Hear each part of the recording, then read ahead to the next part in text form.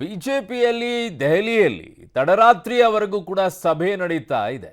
ಚರ್ಚೆಗಳನ್ನು ಮಾಡ್ತಾ ಇದ್ದಾರೆ ಒಂದಾನಂತರ ಯಾರಿಗೆ ಟಿಕೆಟ್ ಅನ್ನ ಕೊಡಬೇಕು, ಯಾರಿಗಿಲ್ಲ ಏನು ಅಂತ ಹೇಳಿ. ಸೊ ಈ ವಾರದಲ್ಲೇ ಬಿಜೆಪಿಯ ಟಿಕೆಟ್ ಕೂಡ ಫೈನಲ್ ಆಗುತ್ತೆ. ದೆಹಲಿಯಲ್ಲಿ ತಡರಾತ್ರಿವರೆಗೂ ಕೂಡ ಬಿಜೆಪಿ ನಾಯಕರ ಸಭೆ ಆಗಿದೆ. ಆ ಬಿಜೆಪಿ ವರಿಷ್ಠರ ಜೊತೆಗೆ ರಾಜ್ಯ ಕೋರ್ ಕಮಿಟಿ ನಾಯಕರು ಮೀಟಿಂಗ್ ಅನ್ನ ಮಾಡಿದ್ದಾರೆ. ಜೆಪಿ ನಡ್ಡಾ, ಅಮಿತ್ ಶಾ ಜೊತೆಗೆ BS ಯಡಿಯೂರಪ್ಪನವರು, ಶೆಟ್ಟರ್ ಅವರು, ಬೊಮ್ಮಾಯಿ ಅವರು, ವಿಜಯೇಂದ್ರ ಅಶೋಕ್ ಅವರು 5 ಗಂಟೆಗಳ ನಿರಂತರ ಸಭೆಯನ್ನ ಮಾಡಿದ್ದಾರೆ. ಹೈಕಮಾಂಡ್ ಬಳಿ 3 ಸರ್ವೆ ರಿಪೋರ್ಟ್ ಅನ್ನ ತಗೊಂಡಿದ್ದಾರೆ. ಹಾಲಿ ಸಂಸದರ ಬಗ್ಗೆ ಪ್ರಸ್ತಾಪವನ್ನ ಮಾಡಿದ್ದಾರೆ. ಸೋತ ನಾಯಕರ ಬಗ್ಗೆ ಚರ್ಚೆ ಆಗಿಲ್ಲ ಅಂತ ಹೇಳ್ತಾ ಇದ್ದಾರೆ. ಇದು ಪಬ್ಲಿಕ್ ಟಿವಿಯ ಎಕ್ಸ್ಕ್ಲೂಸಿವ್ ಇನ್ಸೈಡ್ ಸ್ಟೋರಿ. ಸೊ ಇಲ್ಲಿ ದೆಹಲಿಯಲ್ಲಿ ನಡೆದಿರುವಂಥ ತಡರಾತ್ರಿಯವರೆಗೂ ಬಿಜೆಪಿ ನಾಯಕರ ಸಭೆ ಏನಿದೆ, ಈ ಸಭೆಯಲ್ಲಿ ನಡ್ಡಾ ಅವರು, ಅಮಿತ್ ಶಾ ಅವರು ಜೊತೆಗೆ ಯಡಿಯೂರಪ್ಪನವರು, ಶೆಟ್ಟರ್ ಅವರು, ಬೊಮ್ಮಾಯಿ ಅವರು, ವಿಜೇಂದ್ರ ಅವರು, ಅಶೋಕ್ ಅವರು 5 ಜನ 5 ಗಂಟೆಗಳ ನಿರಂತರವಾಗಿ ಸಭೆಯನ್ನು ಮಾಡಿದ್ದಾರೆ. ರಾಜ್ಯದ 5 ನಾಯಕರುಗಳು.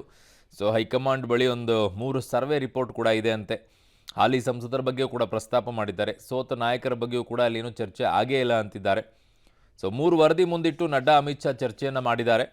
ಪಕ್ಷದ ಕಾರ್ಯಕರ್ತರಿಂದ ವರದಿಯನ್ನು ಸಂಗ್ರಹಿಸಿಕೊಂಡಿದ್ದಾರೆ ನಡ್ಡಾ ಅವರು.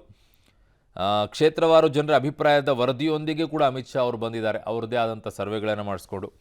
ಸೊ ರಾಜ್ಯ ನಾಯಕರು ತಂದಂಥ ವರದಿಯೊಂದಿಗೂ ಕೂಡ ತಾಳೆಯನ್ನು ಹಾಕ್ಕೊಂಡಿದ್ದಾರೆ. 5 ಗಂಟೆ ಸುದೀರ್ಘ ಚರ್ಚೆ ಬಳಿಕ ಅಭ್ಯರ್ಥಿಯ ಸುಳಿವನ್ನು ಹೈಕಮಾಂಡ್ ನೀಡಿಲ್ಲ ಯಾವುದು ಕೂಡ.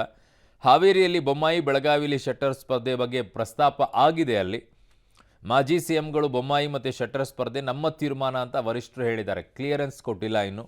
JDS ಜೊತೆಗಿನ ಹೊಂದಾಣಿಕೆಯ ಬಗ್ಗೆ ನಮಗೆ ಬಿಡಿ, ಕ್ಷೇತ್ರ ಯಾವುದು, ಅಭ್ಯರ್ಥಿ ಯಾರು ಅಂತ ನಾವೇ ನಿರ್ಧರಿಸ್ತೀವಿ ಅಂತ ಖಡಕ್ಕಾಗಿ ಹೇಳಿ ಕಳಿಸಿದ್ದಾರೆ. ಇನ್ನು ಸುಮಲತಾ ಸ್ಪರ್ಧೆಯ ಬಗ್ಗೆಯೂ ಕೂಡ ವರಿಷ್ಠರು ಚರ್ಚೆ ಮಾಡಿಲ್ವಂತೆ.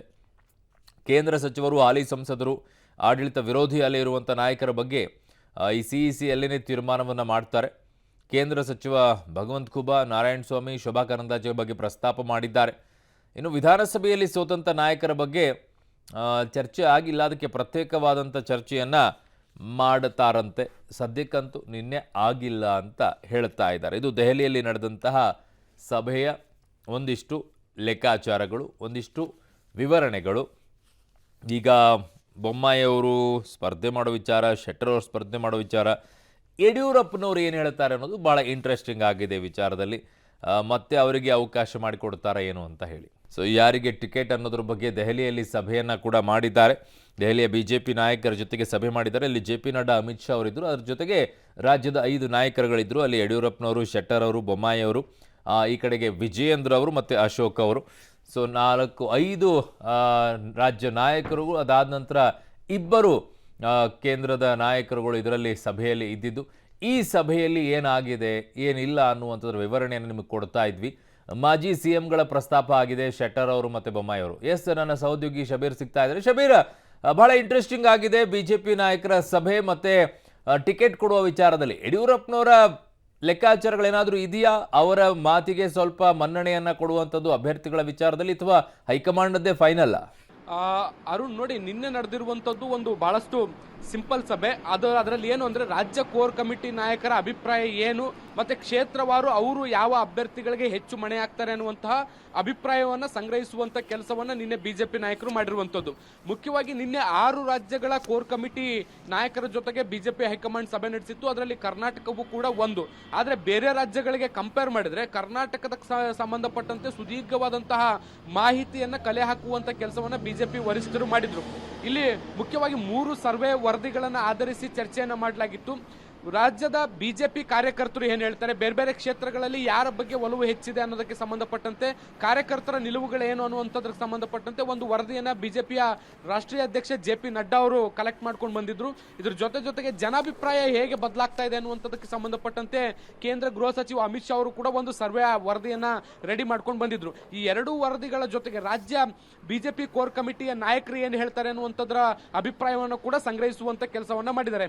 28 ಕ್ಷೇತ್ರ ಕ್ಷೇತ್ರಗಳ ಬಗ್ಗೆಯೂ ಕೂಡ ಕ್ಷೇತ್ರವಾರು ಒಂದೊಂದೇ ಕ್ಷೇತ್ರಗಳಲ್ಲಿ ಯಾರು ಅಭ್ಯರ್ಥಿ ಹಾಲಿ ಸಂಸದರಿರ್ಬೋದು, ಕೇಂದ್ರ ಸಚಿವರಿರ್ಬೋದು, ಅಥವಾ ರಾಜಕೀಯ ನಿವೃತ್ತಿಯನ್ನು ತೆಗೆದುಕೊಳ್ಳುವಂತ ಸಂಸದರಿರ್ಬೋದು, ಯಾರು ಯಾವ ಅಭಿಪ್ರಾಯ ವ್ಯಕ್ತಪಡಿಸ್ತಾ ಇದ್ದಾರೆ, ಮತ್ತೆ ಅಲ್ಲಿ ಬದಲಿ ಅಭ್ಯರ್ಥಿಗಳು ಯಾರಿದ್ದಾರೆ, ಅವ್ರ ಬಗ್ಗೆ ಜನಾಭಿಪ್ರಾಯ ಏನಿದೆ, ಕಾರ್ಯಕರ್ತರ ಅಭಿಪ್ರಾಯಗಳು ಏನಿದಾವೆ ಅನ್ನೋದಕ್ಕೆ ಸಂಬಂಧಪಟ್ಟಂತೆ ಮಾಹಿತಿಯನ್ನು ಸಂಗ್ರಹಿಸುವಂತ ಕೆಲಸವನ್ನ ಮಾಡಿದ್ದಾರೆ.